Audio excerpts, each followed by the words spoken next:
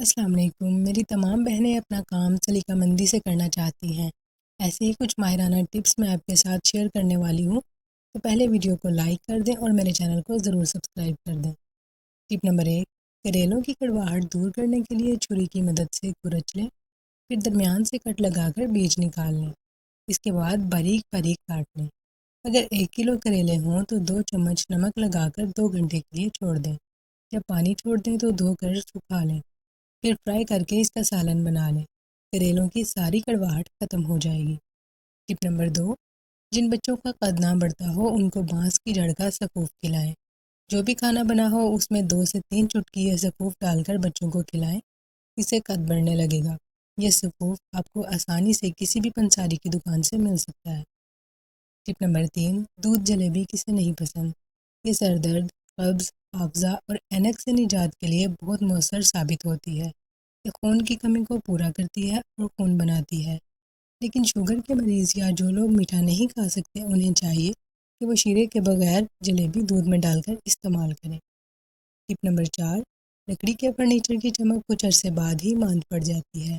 اس کے لیے جو پالش بازار سے ملتی ہے وہ کافی مہنگی ہوتی ہے۔ یہی پالش گھر میں بھی بآسانی بنائی جا سکتی ہے۔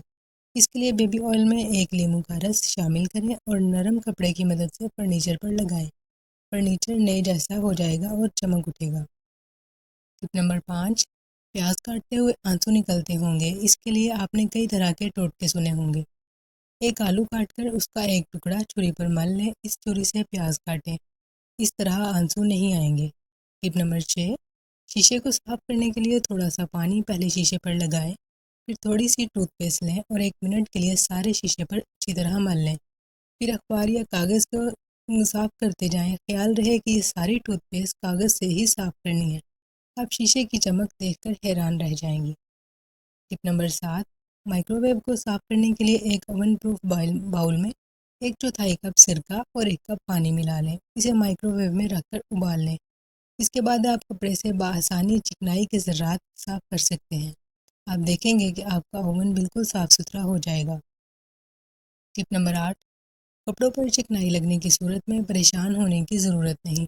چکنائی والی جگہ پر چند منٹ کے لیے چاک رکھ دیں اور اس کے بعد اسے اٹھا لیں۔ بعد میں صاف پانی سے دھونے سے چکنائی بالکل اتر جائے گی اور کپڑا بالکل صاف ستھرا ہو جائے گا۔ ٹپ نمبر 9، دیکھیے کہ پرانے غلاف کو پنکھوں کے پروں پر لپیٹ کر اسے آہستہ رفتار میں چلا دیں۔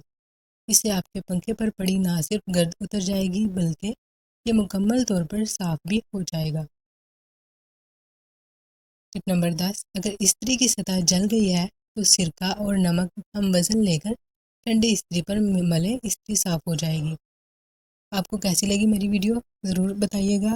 میرے چینل کو ضرور سبسکرائب کر دیں اور ویڈیو کو بھی لائک کر دیں۔ اللہ حافظ۔